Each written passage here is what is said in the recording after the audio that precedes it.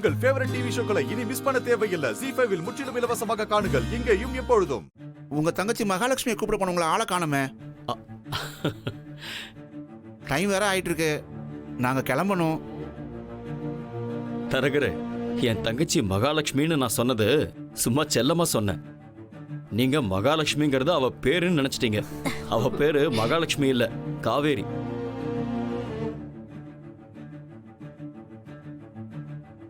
அப்படியா? நம்ம ஊரை பொறுத்த வரைக்கும் காவேரி தானே மகாலட்சுமி. அவ இல்லைன்னா தரிசா போயிடுமே. கரெக்டா சொன்னீங்க. எங்க இவ? காவேரியை கூப்பிட போனவ ஆளே காணோம். சிவா, உங்ககிட்ட ஒரு முக்கியமான விஷயம் சொல்லணும்டா. என்ன விஷயம் மச்சான், சொல்லு. அது இங்க வேண்டாம், நம்ம தனியா போய் பேசுவோமா? ஐயோ காவேரி, அப்படிலாம் ஒண்ணுமே இல்ல. கீழே வந்திருக்கிறவங்கள நீ வந்து பாரு, உனக்கே புரியும்.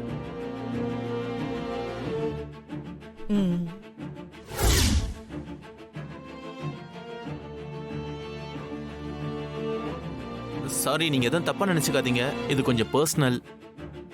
நாங்க ஒன்னும் தப்பா நினைக்க மாட்டோம், நீங்க போய் பேசிட்டு வாங்க. சரி, பேசிட்டு வந்துறேன். வாடா.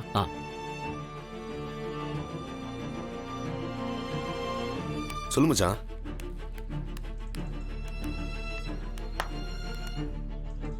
அது இந்த ஷர்ட் நல்லா இருக்குடா.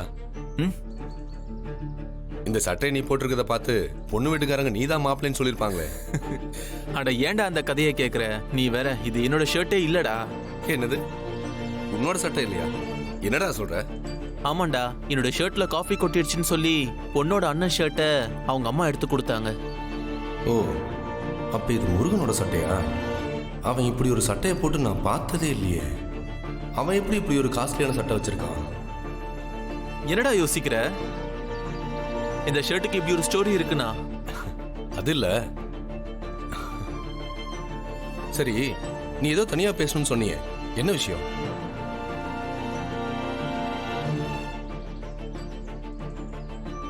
டேய், ஏன்டா டக்குன்னு ஒரு மாதிரி ஆயிட்ட? அது ஒண்ணும் இல்லடா, என் தங்கச்சி மகா இருக்கால, அதான் என் சித்தி பொண்ணு. நீ அவளை பார்த்திருக்கல்ல? இல்லடா, நீ அவளை பத்தி நிறைய சொல்லியிருக்கே தவிர, பட் நான் அவளை நேர்ல மீட் பண்ணதில்ல. இப்ப அவ எங்க கூடயே இல்லடா. அவ எங்க இருக்கானோன்னு தெரியல. என்னடா சொல்ற? ஆமா, அவளும் என்னோட மச்சான், அதான் என்னோட ஒர்க்கிங் பார்ட்னர் GK குரூப்போட MD விக்ரமும் கல்யாணம் பண்ணிக்கிட்டாங்க. ஆனா அவங்க சந்தோஷமா வாழ ஆரம்பிக்கிறதுக்குள்ள திடீர்னு மிஸ் ஆயிட்டாங்க. என் தங்கச்சி மகாவையும் விக்ரமையும் எப்படியாச்சும் கண்டுபிடிக்கணும்டா.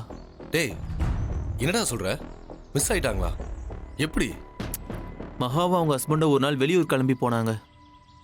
போனவங்க தான் இன்னும் திரும்பி வரல. ஒரு மாசத்துக்கு மேல ஆச்சு. என்ன ஆனாங்க, என்ன பண்ணிக்கிட்டு இருக்காங்க, உயிரோட தான் இருக்காங்களா இல்ல? டேய் விடுறா, அவங்களுக்கு ஒன்றும் ஆயிருக்காது, நல்லதா இருப்பாங்க, நீ கவலைப்படாத. அதுக்கு இல்லடா, ஒரு மாசம் ஆயிடுச்சு. அதான் எங்களுக்கு ரொம்ப பயமா இருக்கு. நானும் அவங்க சம்பந்தப்பட்ட எல்லா இடத்துலயும் தேடி பார்த்துட்டோம். இந்த மாதிரி போற இடத்துலலாம் அவங்கள பத்தி விசாரிக்கிறோம்.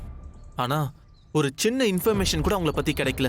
இதோ இப்போ கூட என் ஃப்ரெண்டுக்கு பொண்ணு பார்க்குற சாக்குல என் தங்கச்சியையும் விக்ரமையும் எங்கேயாச்சும் பாத்திர மாட்டோமான்னு இவ்வளவு தூரம் டிராவல் பண்ணி வந்திருக்கேன். அங்க என் ஒய்ஃப் ஸ்வேதாலாம் இவங்க இல்லாம ரொம்ப பைத்தியம் பிடிச்ச மாதிரி இருக்காடா. சரி, நான் அப்படி கேட்குறேன்னு தப்பா நினச்சிக்காத. உன் தங்கச்சிக்கும் அவன் ஹஸ்பண்டுக்கும் ரிலேஷன்ஷிப் நல்லா தானே போயிட்டு இருந்துச்சு. அவங்களுக்குள்ள பிரச்சனை எதுவும் இல்லையே? முதல்ல பிரச்சனை அப்படி இப்படின்னு இருந்துச்சு. அதுக்கப்புறம் ஒருத்தர் புரிஞ்சுக்கிட்டு ரொம்ப அந்யுன்யமா தான்டா இருந்தாங்க. அப்புறம் எப்படி மிஸ் ஆனாங்க? மாப்பிள்ளைக்கும் அவங்க சொந்தக்காரங்களுக்கும் ஏதாவது பிரச்சனை போயிட்டு இருந்ததா? அந்த மாதிரிலாம் எதுவும் இல்லடா. நான் பார்த்த வரைக்கும் அவங்களுக்குள்ள எந்த பிரச்சனையுமே இல்லை.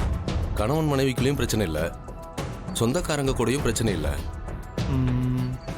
அப்படி இல்லைன்னா அவங்களுக்கு தொழில் போட்டி, அதுல எதிரிங்க அப்படி யாராவது இருக்காங்களா? ஒர்க்கை பத்தி எனக்கு அவ்வளோ எதுவும் தெரியலடா. கண்டிப்பா இருந்திருப்பாங்க. ஏன்னா மார்க்கெட்ல தொழில் பண்ற எங்களுக்கே நிறைய தொழில் எதிரிங்க இருக்கும்போது, அவ்வளோ பெரிய கம்பெனிக்கு MD-யா இருக்கும்போது இருந்திருக்க மாட்டாங்களா என்ன? கண்டிப்பா இருந்திருப்பாங்க. எனக்கு தெரிஞ்சு பிஸ்னஸ் எனிமிங்க தான் அவங்களை ஏதோ பண்ணியிருக்காங்க. சரி, அவங்க கடைசியாக காணாம போன அன்னைக்கு எங்க இருந்தாங்கன்னு உனக்கு தெரியுமா?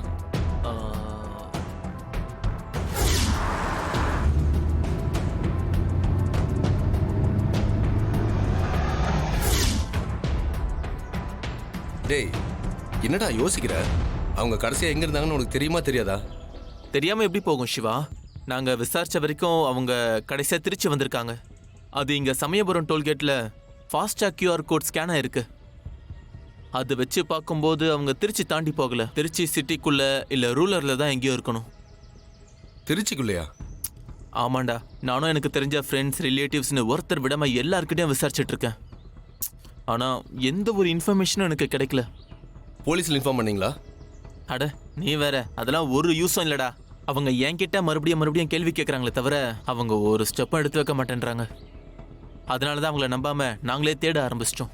திருச்சியில தான் காணாம போயிருக்காங்கன்னா நீ என்கிட்ட முன்னாடியே சொல்லியிருக்கலாமே. சரி பரவாயில்ல, அவங்க போட்டோவை என் நம்பருக்கு வாட்ஸ்அப் பண்ணு. சரிடா, ஆனா ஃபோன் இப்பதான் மாத்தினேன். ஃபோன்ல போட்டோ எதுவும் இல்ல. ஏண்டா அவங்க போட்டோ கூட கையில் வச்சுக்காம இருப்ப? என் தங்கச்சி போட்டோவோட பிரிண்ட் அவுட் என்கிட்ட இருக்கு. ஆனா மாப்பிள்ளை போட்டோ தான் கையில எதுவும் கொண்டு வரல. சரி தங்கச்சி போட்டோ கொடு, நான் எனக்கு தெரிஞ்ச இடத்துல விசாரிச்சு பார்க்குறேன். ஒரு நிமிஷம் இரு.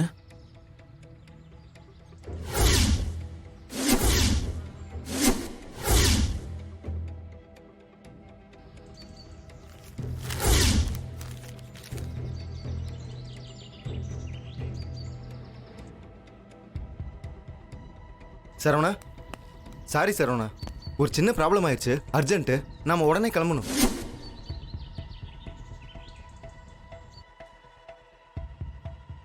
ஏய் என்னடா அதுக்குள்ள என்னாச்சு?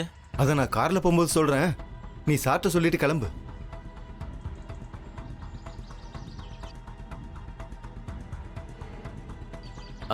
சரிடா சிவா, ஏதோ அர்ஜென்ட்ன்றான், நான் கிளம்புறேன். சரி நீ போ. தங்கச்சி பற்றி தகவல் கிடைச்சா நான் உடனே உனக்கு ஃபோன் பண்ணுறேன்.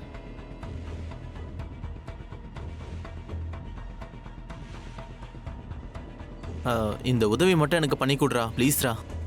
டேய் ஷோர்டா, நீ கவலைப்படாம போ. தங்கச்சி எங்கே இருந்தாலும் பத்திரமா இருப்பா. கூடிய சீக்கிரமே அவளை பற்றின இன்ஃபர்மேஷன் கிடைக்கும். நீ கவலைப்படாம போயிட்டு வா. சரிடா. சாரிடா, என் தங்கச்சியை பற்றி நான் பேசிட்டு இருந்ததுனால உன் தங்கச்சி நான் பார்க்க மறந்துட்டேன். அவங்க வந்துட்டாங்களா? அவ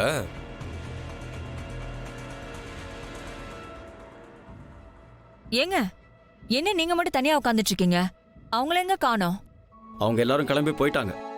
என்னங்க இது, மேல போய் காவேரி கூட்டிட்டு வர்றதுக்கு 2 நிமிஷம் ஆயிடுச்சு, அதுக்குள்ள கிளம்பிட்டாங்களா? இருக்க சொல்லிருக்கலாம்ல. நான் சொன்னேன் தான், அதுக்குள்ள மாப்பிள்ளையோட அப்பாவுக்கு ஃபோன் வந்துருச்சு. ஏதோ அவசரமா இன்னொரு நாள் வரேன்னு சொல்லிட்டு கிளம்பிட்டாங்க. ஆமா, என்ன அவசரமோ, ஒரு 2 நிமிஷம் தானே இருந்து பாத்துட்டு போயிருக்கலாம். நீங்க இருக்கீங்களே. சிவா, நான் திரும்ப திரும்ப சொல்றேன்னு தப்பா நினைச்சுக்காதரா. என் தங்கச்சியும் மாப்பிள்ளையும் திருச்சியில தான் எங்கேயோ இருக்காங்கன்னு என் உள் மனசு அடிக்கடிக்கு சொல்லிட்டே இருக்கு. ஆனா அவங்க எங்க இருக்காங்கன்னு என்னால கண்டுபிடிக்க முடியல. எனக்காக இந்த ஹெல்ப் மட்டும் பண்றா ப்ளீஸ்ரா. ஜீ5 ஆப்பை டவுன்லோட் செய்து அனைத்து எபிசோடுகளையும் இலவசமாக பாருங்க.